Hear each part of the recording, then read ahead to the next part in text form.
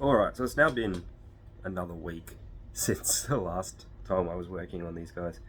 Between my son being sick, my wife being sick, and me being sick, I haven't gotten all that much done. So I'm going to try to get back into it now and hopefully get some more work done on these not marines, one of these? Walks. Some more of these walks. Okay, seeing as though we have to redo all of this, I'm going to do the sunburst ochre into the highlight. I want the demonic yellow to be the main one, into the highlight of space dust, and then obviously a final touchy touch of ice yellow.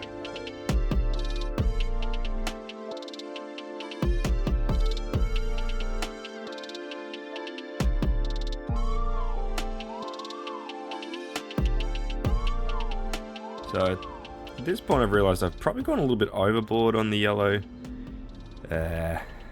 Like, didn't leave enough. I might have to redo some of the shadowing, especially like under his chest plate a little bit, because I wanted it to be yellow. Like, I wanted to make sure the yellow popped, but it might just be like over here is not too bad. Like under there you can kind of see if I've left some good enough shadow, but yeah, I just need to redo some of the shadows and just sort of wash it back in again. God damn it.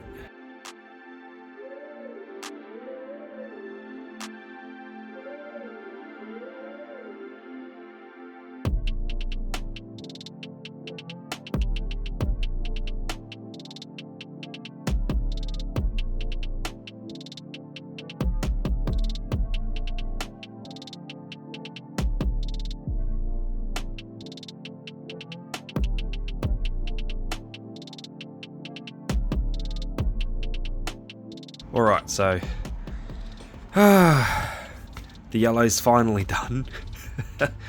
Oh god, it's not like, I mean, some of them definitely look better than others. I'm a little disappointed in some, like this one. You know, it's fine, turned out okay, but I think I could have done better. Some of them are just, I kind of seemed to forget what non-metallic metal was halfway through doing it, and then kind of remembered on this last guy, and I mean, I don't know. It's not as good as I would have liked, but it's turned out better than, I guess, some of the other jobs I've done. But it's fine. Now, I was going to be doing non-metallic metal on all these other metal parts, but then it takes so fucking long. So I think I'm just going to do real metallics on these, because I'm just sick of painting these guys at this point.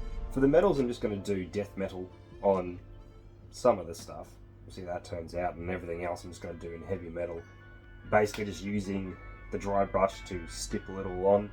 I found this seems to be the easiest way to do it, because you end up leaving a little bit of the brown in and around the edges, which just kind of looks like rust if it's the right colour brown.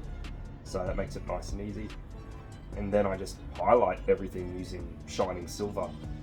Just mix two together and dab that on in the certain places in the topper parts, and that, yeah, comes out like that. I find that's a much faster way than actually trying to do heavy highlights. It makes it look like you've done more than you actually have.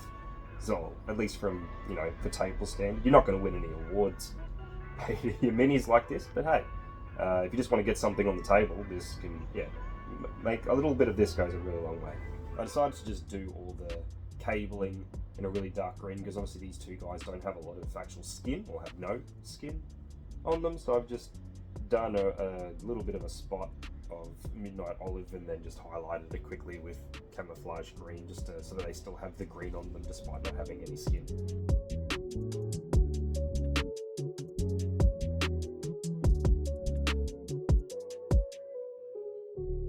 All of the little ropey things are just grey castle with a highlighted brain matter beige.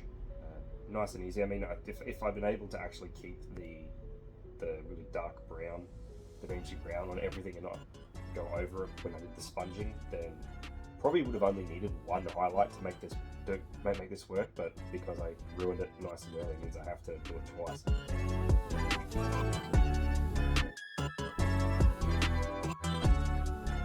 And then obviously I'm just finishing everything up with a pigment mix, dark red ochre.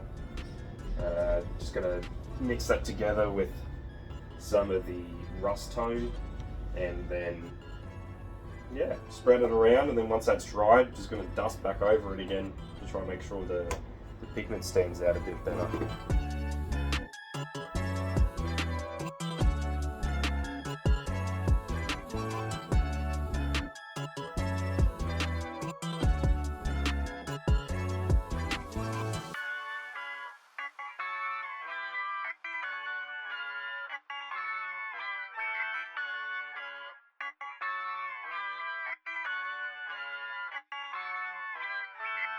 So there we go. It's 300 points of orcs for OPR. That took way too long.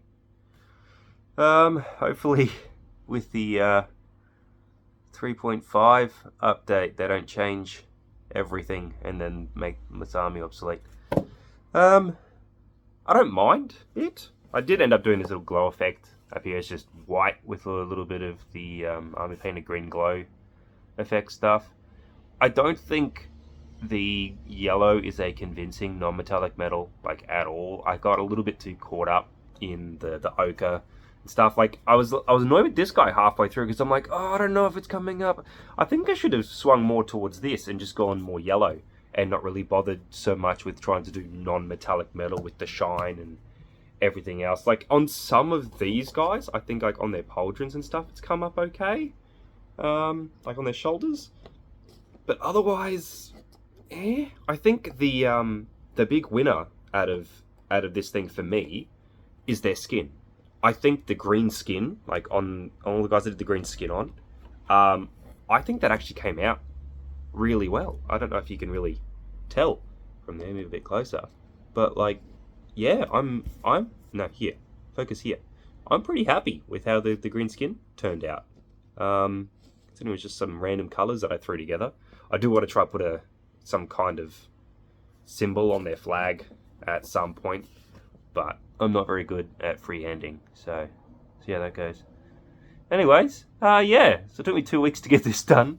Hopefully the next one doesn't take too long, but I'm thinking I want to try do some cloaks on some dwarf models I have, so some kit bashing. I've done cloaks before, so it shouldn't be too difficult, but I haven't done this type of cloak specifically, but because I want it to kind of drag around. But I want to put on the dwarves for my Iron Warriors just to make them stand out. Because I know that currently OPR is putting out fantasy dwarves, but I don't really like the minis. That's, you know, I like my ones from Artisan Guild more. So yeah, gonna try kit bash them and move on to something in fantasy, just so I can keep hopping between each thing. See what happens. Bye.